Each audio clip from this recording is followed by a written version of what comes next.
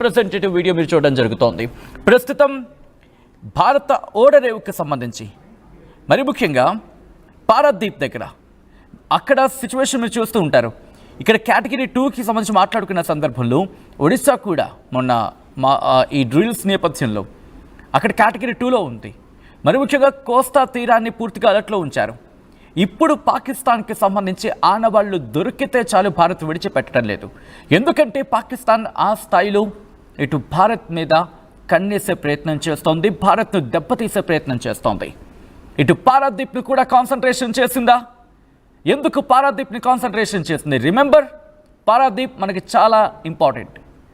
ఎందుకంటే అటు బంగాళాఖాతానికి సంబంధించి మాట్లాడుకున్న సందర్భంలో ఒడిశా తీరంలో కాస్త అక్కడ మనకి ఈ సైనిక కార్యకలాపాలు కావచ్చు, కొంత ఆ మూమెంట్ అనేది అక్కడ ఉంటుంది. పారాదీప్కి సంబంధించి నౌకల గస్తీ కూడా మాట్లాడుకునే సందర్భం. ఇక్కడ ఎందుకు కాన్సన్ట్రేషన్ చేసింది? ఇక్కడికి ఎందుకు వచ్చే ప్రయత్నం జరిగింది? ఆ 21 మంది పాకిస్తానీయులు ఎందుకు వచ్చినట్లు? ఎవరు పంపించారు? ఒడిశా పారదీప్ పోర్టులో ఆ షిప్లో 21 మంది పాకిస్తానీ సిబ్బంది ఎందుకు అక్కడికి చేరుకున్నారు? ఒడిశా తీరంలో హై అలర్ట్ ప్రకటించారు అధికారులను అర్థం చేసుకోవచ్చు. దక్షిణ కొరియా నుంచి సింగపూర్ మీదుగా పారదీప్ పోర్టుకు చేరుకుంది ఈ షిప్. తనిఖీలు చేస్తున్న సందర్భంలో 21 మంది పాకిస్తానీలు ఉన్నట్టుగా ప్రభుత్వం గుర్తించిందంటే అక్కడ పరిస్థితి తీవ్రత మనకు అర్థం పడుతోంది. ఒడిశా పారదీప్ పోర్టుకి ఈ నౌక చేరుకుంది. 21 మంది పాకిస్తాన్ సిబ్బందిని గుర్తించడం జరిగింది. దక్షిణ కొరియా నుంచి సింగపూర్ వెళ్తుంది ఈ షిప్. అసలు ఇంతకీ ఉన్న 21 మంది ఎవరు? డీటెయిల్గా మాట్లాడుకునే ప్రయత్నం చేద్దాం. మా ప్రతినిధి రామ్దాస్ అప్డేట్స్ అందించేందుకు సిద్ధంగా ఉన్నారు. రామ్దాస్, ఈ 21 మంది పాకిస్తానీయులని ప్రస్తుతం అదుపులోకి తీసుకోవడం జరిగిందా? ప్రస్తుతానికి ఈ 21 మందిని భారత ప్రభుత్వం అక్కడ ఆ నౌకాశ్రయంలోకి ఓడరేవులోకి అనుమతించే పరిస్థితి ప్రస్తుతం. అంటే 21 మంది పాకిస్తాన్ సిబ్బంది ఉన్నటువంటి ఎంటీ సైరెంట్ 2 అనే కార్గో షిప్ వచ్చిన తర్వాత ఒడిశాలోని ఇక్కడ పారదీప్ ఓడరేవు దగ్గర అయితే భద్రత కట్టుదిట్టు చేశారు. యాక్చువల్ గా ఇది ఇండియన్ ఆయిల్ కార్పొరేషన్ కోసం దాదాపు 11,350 మెట్రిక్ టన్ల ముడి చమురును మోసుకెళ్లే నౌక దక్షిణ కొరియా నుంచి సింగపూర్ మీదుగా వచ్చిందని చెప్తున్నారు. దీని మీద హాంకాంగ్ జెండా కూడా ఉన్నట్టుగా అక్కడ పోలీసులు ధృవీకరించారు. 21 మంది పాకిస్తాన్ సిబ్బందితో ఇది పారాదీప్ దగ్గర రాగానే ఒకసారిగా భద్రతను కట్టుదిట్టు చేశారు. మొత్తం 25 మంది సిబ్బంది ఉన్నారు. దాంట్లో ఇది ఎంటీ సైరన్ 2 అంటారు. ఇది బుధవారం తెల్లవారుజామున పారాదీప్ చేరుకుంది దక్షిణ కొరియా నుంచి వచ్చినట్టుగా ఇందాక మనం చెప్పుకున్నట్టుగా. సో ఆ రకంగా మిగిలిన సిబ్బందిలో భారతీయులు ఉన్నారు, అలాగే థాయిలాండ్ జాతీయులు కూడా ఉన్నట్టుగా అధికారులు చెప్తున్నారు. సో ఓడలో పాకిస్తాన్ జాతీయులు ఉన్నట్లు ఇమిగ్రేషన్ విభాగం హెచ్చరించిన తర్వాత ఒడిశా మెరైన్ పోలీసులు వెంటనే అటు central industrial security force CISF తో కలిసి భద్రతను ముమ్మరం చేశారు. Marine police station incharge Babitha ఆధ్వర్యంలో అక్కడ పూర్తిగా తనిఖీలు నిర్వహించారు. ఇక ముడి చమురును అప్లోడ్ చేసే ప్రక్రియలో అక్కడి నుంచి సిబ్బందిని డీబోర్డింగ్ చేయకుండా నిషేధిస్తూ ప్రస్తుతం అయితే ఆదేశాలు జారీ చేయబడ్డాయి. ప్రస్తుతం వాళ్ళంతా కూడా అదే షిప్ లో ఉన్నారు. వాళ్ళని పూర్తిగా ఓడరేవులోకి అలౌడ్ చేయలేదు, షిప్ లోనే ఉన్నట్టు తెలుస్తోంది. సో నౌక ప్రస్తుతం తీరానికి దాదాపు 20 కిలోమీటర్ల దూరంలో ఉంటే సింగిల్ పాయింట్ మోరింగ్ అంటారు SPM దగ్గర లంగర్ చేయబడినట్టు తెలుస్తుంది. ప్రస్తుతం వాళ్ళందరూ అందులోనే ఒక రకమైనటువంటి షిప్ అరెస్ట్, సో అందులోనే ఉన్నారు. వాళ్ళని ప్రస్తుతం ఎక్కడికి బయట కదలేకుండా భారత ప్రభుత్వం అందులోనే నిర్బంధించినట్టుగా తెలుస్తుంది.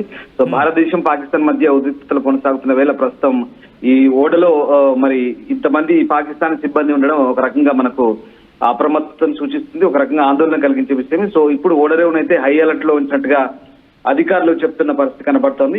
ఇక ఇవాళ అంటే మనం అంటే ఎప్పుడైతే సీజ్ ఫైర్ చేశామో పూర్తిగా భూమి, వాయు, సముద్రంపై అన్ని కాల్పులు సైనిక చర్యలు నిలిపడానికి అయితే భారత్ పాకిస్తాన్ అంగీకారానికి వచ్చి అవగాహనకు వచ్చి అంతవరకు బాగానే ఉంది. కానీ తాజాగా ఇప్పుడు జరుగుతున్నటువంటి ఈ పరిణామాలు ఒక్కసారిగా ఆ 21 మంది పాకిస్తాన్ సిబ్బంది దిగడానికైతే మన భద్రతా సంస్థలు అయితే అనుమతి నిరాకరించిన పరిస్థితి. సో ప్రస్తుతం వాళ్ళంతా కూడా ఆ ట్యాంకర్ లో ఉన్నారు. 21 మంది సిబ్బందిగా చెప్తున్నారు. సో ఇది 11,000 మెట్రిక్ టన్నులు కాదు, 1,96,580 మెట్రిక్ టన్నుల శుద్ధి చేయని సభను మోసుకెళ్తున్నట్టు తెలుస్తుంది. హాంకాంగ్ జెండా కలిగింది ఎంటీ సైరన్ 2 నౌక ఇది.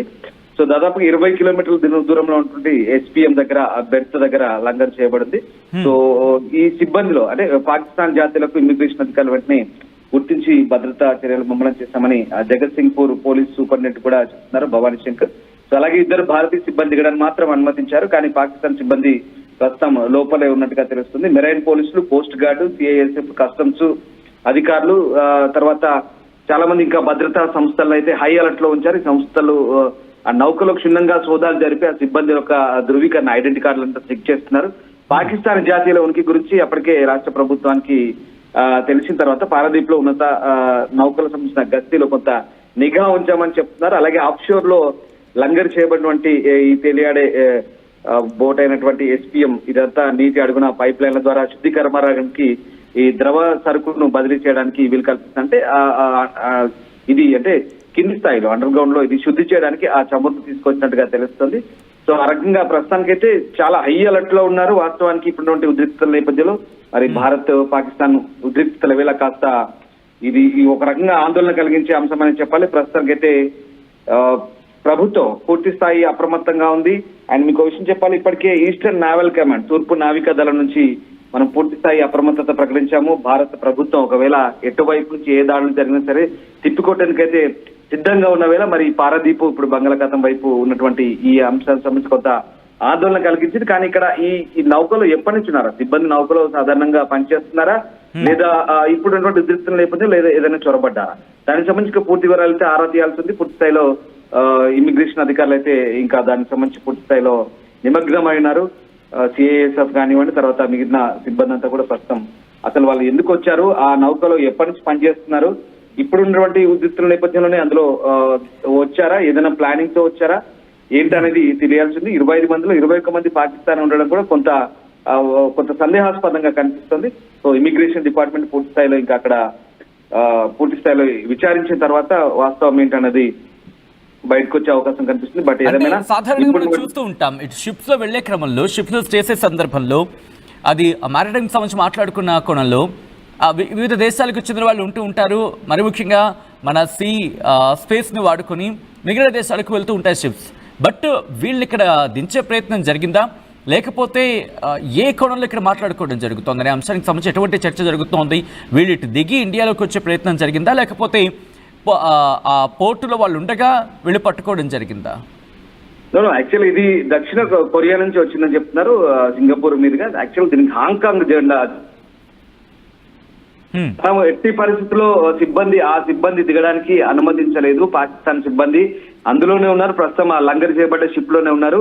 అక్కడే ఒక రకంగా మనం అక్కడే నిలుపుదల చేసాం, వాళ్ళని బయటకు రానియకుండా నిరోధించాము.